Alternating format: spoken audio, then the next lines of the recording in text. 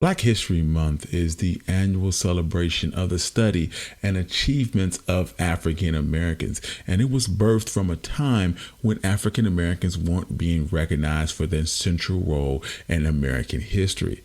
Also known as African American History Month, it grew out of Negro History Week, which was the brainchild of Black historian Carter G. Woodson. In 1915, Carter G. Woodson and prominent minister Jesse E. Moreland founded the Association for the Study of Negro Life and History.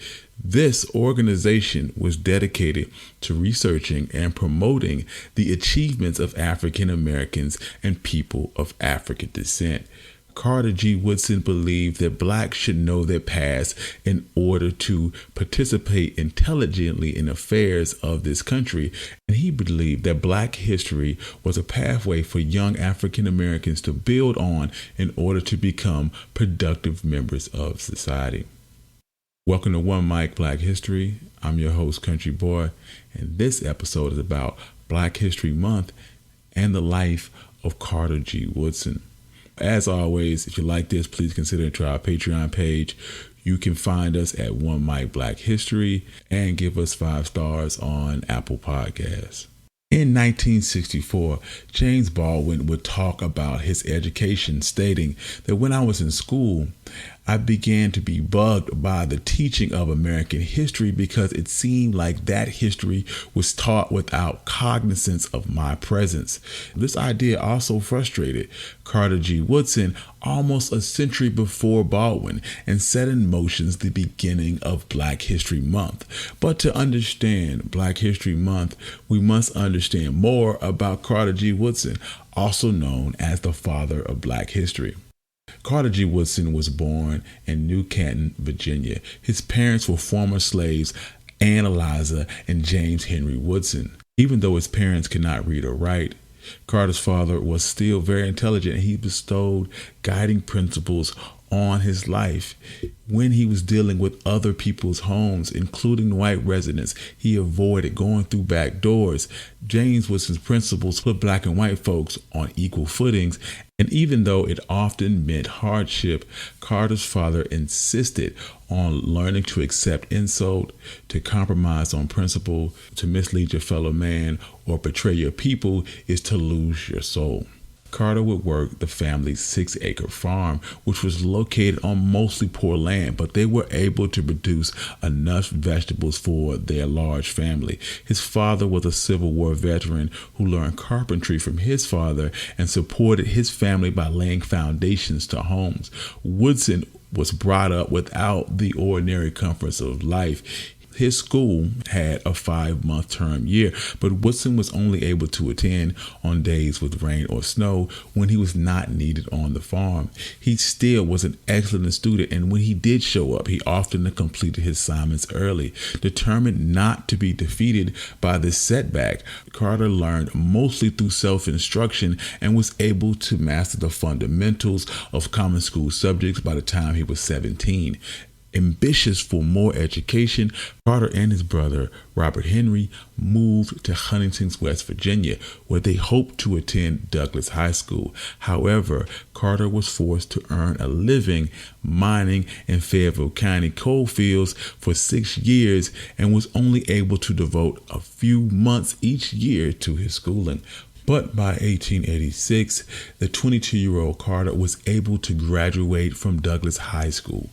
After graduation, Woodson briefly attended Bertha College in Kentucky and Lincoln University in Pennsylvania before moving back to Fayetteville County, West Virginia, and teaching at a high school in Winona.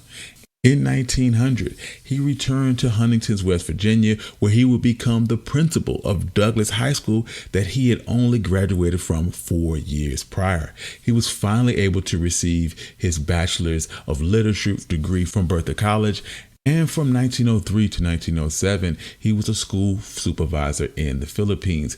Later, he traveled throughout Europe and Asia and studied at Sorbonne University in Paris. In 1908, he received his master's from the University of Chicago, and later in 1912, he received his PhD in history from Harvard University. But the major turning point in his destiny was in 1909, when he settled down for a 10-year stint teaching in Washington. He would later state that when I arrived in Washington in 1909 to begin my research, people there laughed at me, especially because of my hayseed clothes. At that time, I didn't have enough money even for a haircut, and when I, in my poverty, had the audacity to write a book on the Negro, the scholarly people of Washington laughed at it. Woodson would earn their respect, and in the summer of 1915, Woodson received an invitation to the Negro Folklore Conference at the University of Chicago.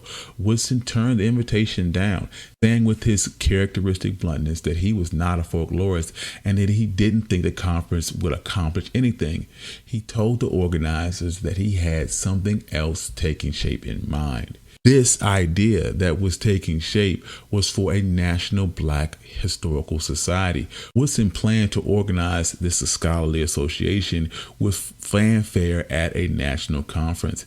He would eventually abandon that idea, saying that for reasons he didn't believe that a large number of persons would pay attention to the movement until it actually demonstrated the possibility of field work had to be made. Woodson believed in the power of real work, and for the rest of his life, he believed that actual demonstration of field work was more compelling than a ton of speeches and resolutions. So believing and saying, he asked a handful of men to join him in organizing in a corner. And this corner was the corner office at the Wabash Avenue YMCA in Chicago. On September 9th, 1915, Woodson and 3 others organized the Association for the Study of Negro Life. The purpose of this organization, in his own words, was the collection of psychological and historical data on the Negro and the study of the people of African blood, the publishing of books in the field, and to promote the harmony between the races by equating one with the other. In the beginning, and for a long time after, the association was a complete one-man show, with Woodson producing, directing, writing, organizing, and sweeping the floor and providing most of the money. Even after the organization was launched, he would later state that few members were anxious to assume any financial responsibility and therefore urged further delay before carrying out any of the programs or demonstrations. Delay was not Carter G. Woodson's way. So on January 1st, 1916, without consulting the Executive Council, Woodson organized an actual demonstration, publishing at his own expense the first issue of the Journal of Negro History. This naturally enraged the council. One member even resigned in protest. Undaunted, undismayed, Carter G. Woodson would press on, and the leaders of the organization would follow.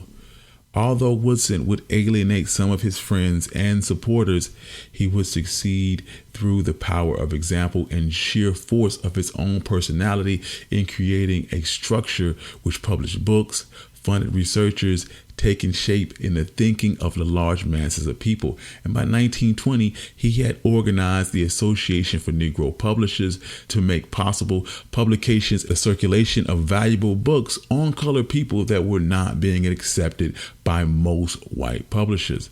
Later, in 1922, also serving as the dean of Howard University and West Virginia State, he would leave the teaching profession and devoted himself completely to the organization and his movement. Later, in February 7th, 1926, he would organize Negro History Week. However, Woodson never meant for Black history to be confined to just a week. Woodson chose February for reasons of tradition and reform. It's commonly said that Woodson selected February to encompass the birthdays of 2 great Americans who played a prominent role in shaping Black history. Those 2 would be Abraham Lincoln and Frederick Douglass, whose birthdays are February 12th and February 14th. But more importantly, he chose them for reasons of tradition. Since Lincoln's assassination in 1865, the Black community, along with other Republicans, had been celebrating the fallen fallen president's birthday. And since the late 1890s, Black communities across the country had also been celebrating Frederick Douglass's. Well aware of those pre-existing celebrations, Woodson built Negro History Week around that tradition and commemorating Black history's past. He asked the public to extend their study of Black history and not create a new tradition, but in doing so, he felt that it increases Negro History's Week chances for success. Yet Woodson wanted to build on these traditions. Without simply saying as much, he aimed to reform it from the study of two great men to the study of an entire race. He admired both men, but he believed that history was made by the people, not simply Lincoln and Douglas. He envisioned the study and the celebration of Negroes as a race, and Lincoln, however great he was, had not freed the slaves. That was done by the Union Army. And in that army included hundreds of thousands of Black soldiers and sailors, and they had done that. And rather than focus on just two men, the Black community should focus on the countless efforts of Black men and women who contributed to the advancement of the human race and African American history. From the start, Woodson was overwhelmed by the response to the week. Negro History Week appeared across the country in schools and before the public. And the 1920s was the decade of the new Negro. The name was given to the post-war generation by Alan Locke because of its rise of racial pride and consciousness. Urbanization and industrialization had migrated over 1 million African Americans from the rural South to large northern cities across the nation, and the expansion of the Black middle class came in participants and consumers of Black literature and Black culture. Black history clubs sprang up and teachers demanded materials to instruct their pupils.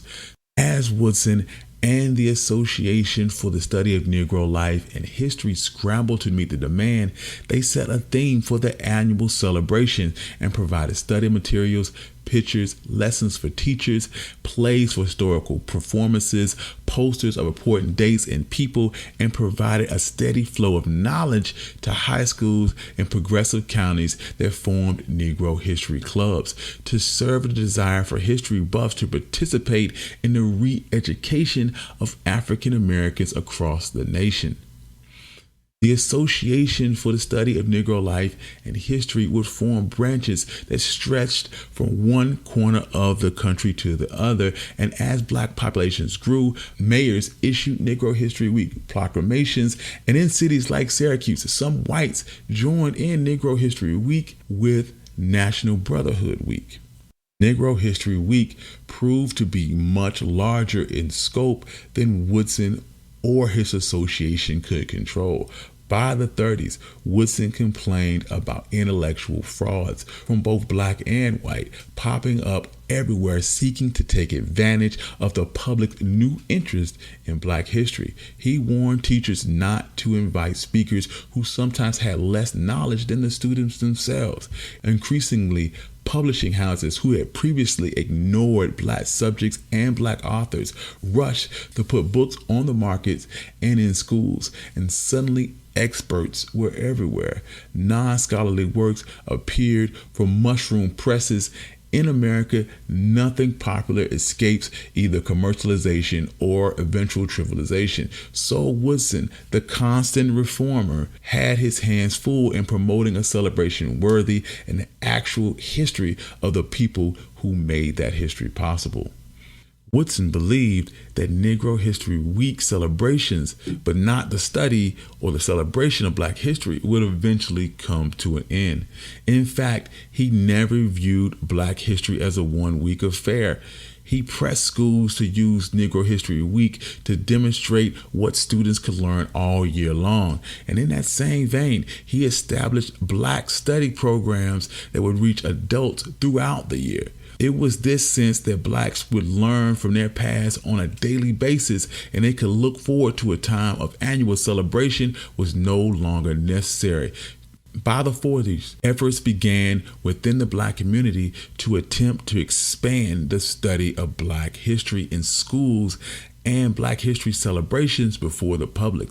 In the South, Black teachers often taught Black history as a supplement to American history, and one student during the 40s reported that his teacher would hide Woodson's textbooks underneath her desk to avoid drawing the wrath of the school's principal. During the Civil Rights Movement in the South, freedom schools, which were temporary alternative schools for African Americans, originally part of a nationwide effort during the Civil Rights Movement to organize African Americans to achieve social and political equality. These schools incorporated Black history in their curriculum to advance social change. The Negro History movement was an intellectual insurgency which was a part of a larger effort to transform race relations in the United States. Even before the 60s were over, Negro History Week will be well on its way to becoming Black History Month. The shift to a month-long celebration began even before Carter G. Woodson's death in April 3rd, 1950. As early as the 40s, Blacks in West Virginia, a state which Woodson often spoke, began to celebrate February as Negro History Month.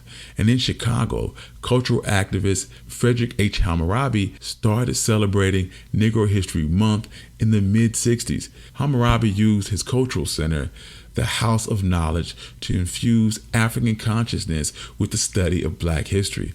Also in the 60s, most textbooks for the 8th grade U.S. history classes only mentioned 2 African Americans for the entire century of history that had transpired since the Civil War. That was a problem that could no longer be ignored. And it was in that decade that young Blacks in college campuses became increasingly conscious to their links to Africa, and Black History Month was replacing Negro History Week at an increasingly quickening pace. In 1976, 50 years after the first celebration of Negro History Week, President Gerald Ford would officially recognize Black History Month during the celebration of the United States bicentennial. During the decades leading up to Black History Month being recognized, there was an institutionalized shift away from a week to a month and away from Negro history to Black history. 10 years later, in 1986, which would also be the first celebration of Martin Luther King Jr.'s birthday as a natural holiday, U.S. Congress, in a joint resolution with the House and Senate, designated the month of February as National Black History Month. The resolution authorized and requested the President Ronald Reagan to issue a proclamation of observance, and in 1986, the Presidential Proclamation 5444 noted that the foremost purpose of Black History Month is to make all Americans aware of the struggle for freedom and equal opportunity. Since its early beginnings in 1926, Negro History Week and later Black History Month would spark a discussion of the celebration of Black history and the contributions of African Americans all year long. As Gerald Ford would state during the first iteration of Black History Month, in this celebration of Black history, we seize this opportunity to honor too often neglected accomplishments of Black Americans in every area of an endeavor throughout our history. This has been One Mic Black History. I'm your host, Country Boy, and this was the story of Black History Month. Once again, if you like this, please join us at onemichistory.com. You can support us on Patreon, and please give us 5 stars on Apple Podcasts. Peace.